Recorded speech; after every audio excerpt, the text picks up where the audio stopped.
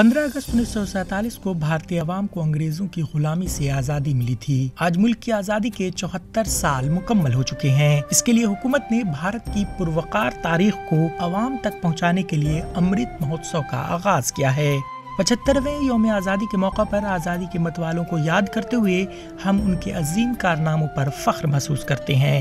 वाराणसी में ऐसी ही एक अजीम यादगार मौजूद है जिसे भारत माता मंदिर के नाम से जाना जाता है।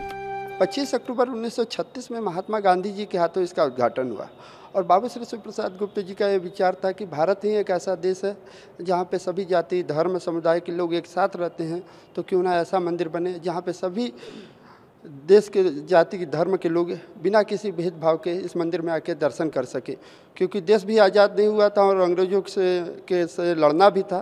तो बाबू श्री शिव प्रसाद गुप्त जी ने इस मंदिर की स्थापना कराया। नाम से ये मंदिर है, लेकिन अंदर दाखिल होने के बाद आपको यहाँ न कोई बुत मिलेंगे और न ही किसी भगवान की कोई तस्वीर नजर आएगी, बल्कि शानदार मंदिर में 1917 के अखंड भारत का दिलकश 3D नक्शा मौजूद है। इस नक्शा में कजाकिस्तान, अफगानिस्तान, पाकिस्तान को अखंड भारत का हिस्सा बताया गया है। बनारस में मौजूद ये मंदिर बेहतरीन तामीर की एक अजीम यादगार है। मंदिर की तामीर में इस्तेमाल हुए लाल पत्थर, मकराना संगमरमर और दीगर अशिया की वजह से इसकी खूबसूरती में मजीद इजाफा होता है। 1917 के बाद इस मंदिर की तामीर का आगाज हुआ था और ये जो बना है मकराना मार्बल का बना है और ये जो बना है 1917 के मैप के आधार पे बना है, इसलिए इसमें अफगानिस्तान, बलूचिस्तान, तिब्बत, बर्मा, बांग्लादेश इन सभी को दर्शाया गया है और स्केल बाय स्केल मैपिंग की गई है। समुद्र तल की गहराई से लेके माउंट एवरेस्ट की ऊंचाई तक दूरी सब कुछ दर्शाया गया है। 1 इंच में 2000 फुट के हिसाब से समुद्र तल की गहराई और उसी हिसाब से माउंट एवरेस्ट की ऊंचाई को दर्शाया गया है। 1 इंच में 6.4 मील लंबाई, लगभग 9.5 किलोमीटर लंबाई को दर्शाया गया है। 2 बड़ी नदियाँ, 800 छोटी नदियों को दर्शाया गया है। 450 माउंटेन की चोटियों को दर्शाया गया है और एक यही मंदिर है जहाँ पे ऊपर राष्ट्रीय ध्वज भी लगा है भारत माता का। साल 1924 में मंदिर की तामीर मुकम्मल हो गई थी। ताहम अंग्रेजों ने सख्ती का मुजाहरा करते हुए मंदिर को खोलने की इजाजत नहीं दी।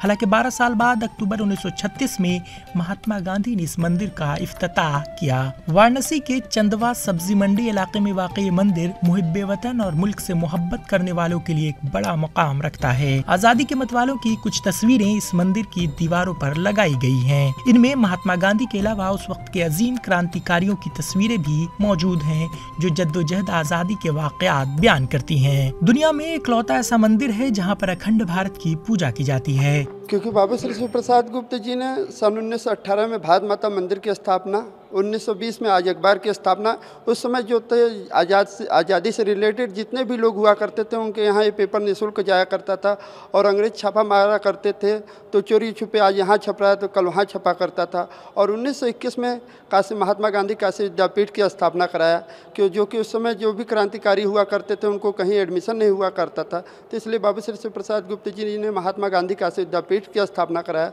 ताकि कोई भी स्वतंत्रता सेनानी हो, यहाँ पे गरीब हो, आके पढ़ सके। आजादी की लड़ाई में भारत माता मंदिर का एक अजीम योगदान है। आजादी के मतवालों के अंदर भारत माता के तई अकीदत और एहतराम का जज्बा उभारने के लिए इस मंदिर को तामीर किया गया था। Bureau report, ETV Bharat.